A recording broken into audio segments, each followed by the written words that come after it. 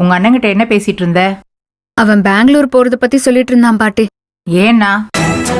இன்னைக்கு போகலனா அது அப்பாவை ரொம்ப பாதிக்கும், அப்பா ரொம்ப அப்செட் ஆயிடுவாருன்னு சொல்றான். எப்படியும் நான் பெங்களூருக்கு போயிடுவேன்னு சொல்றான். ஏண்டி, அவனும் நம்ம ரத்தம் தானே. அதான் பெத்தவங்க மனசு கோணாம நடந்துக்கணும்னு நினைக்கிறான். ஆனா உங்க அப்பா எப்படி இவனை அங்க வர வச்சு அந்த வருஷாவை கூட நிச்சயதார்த்தம் பண்ணணும்னு நினைக்கிறான். இவனை எப்படியும் பெங்களூருக்கு போக விடக்கூடாது. இவனை போக விட்டோம்னா உங்க அப்பா இவனை அங்கே பிடிச்சு வச்சு உட்கார வச்சிடுவாரு. இவனை எப்படியாவது அங்க போக விடாம செய்யணும். என்ன பண்ணணும்னு நீ ஒரு யோசனை சொல்லு. சரி, நான் சொல்ற மாதிரி செய்றீங்களா? என்ன?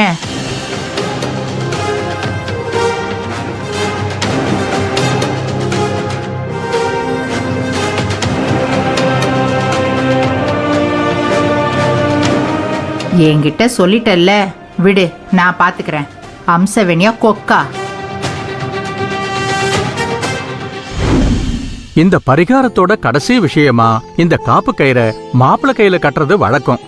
காப்பு கயிறை பத்தி உங்களுக்கே தெரியும், நான் புதுசா சொல்ல வேண்டியதில்ல. மாப்பிள்ளைக்கு இது புதுசுங்கிறதுனால சொல்றேன்.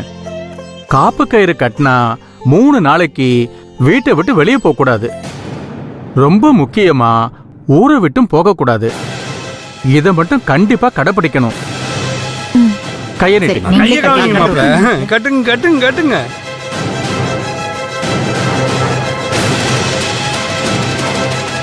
இன்னும் கட்டுங்க.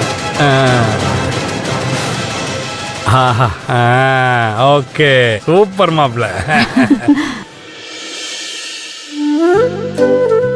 ராசாத்தி, நீ ஒருத்தியா எவ்வளவு வேலை பண்ணிட்ட? நான் என்ன பாட்டி பண்ணேன்? நீ இல்லனா உங்க அண்ணனை இங்க வர வச்சிருக்க முடியாது. அவனை உட்கார வச்சு இவ்வளவு பரிகாரமும் பண்ணிருக்க முடியாது. எல்லாம் நீ பண்ணினதுதான். அப்படியெல்லாம் இல்ல பாட்டி, எல்லாமே நாம சேர்ந்து பண்ணதுதான். இந்த பாட்டிக்கு ஒரே ஒரு ஆசைதான். இதே மாதிரி உங்க அண்ணனுக்கும் ரோஹிணிக்கும் கல்யாணத்தை நல்லபடியா பண்ணி வச்சிடுமா. எனக்கு அது போதும். நீங்க கவலையே படாதீங்க. இதே மாதிரி என் அண்ணனை ரோஹிணி கழுத்துல தாலி கட்ட வைப்பேன். இது உங்க மேல சத்தியம்.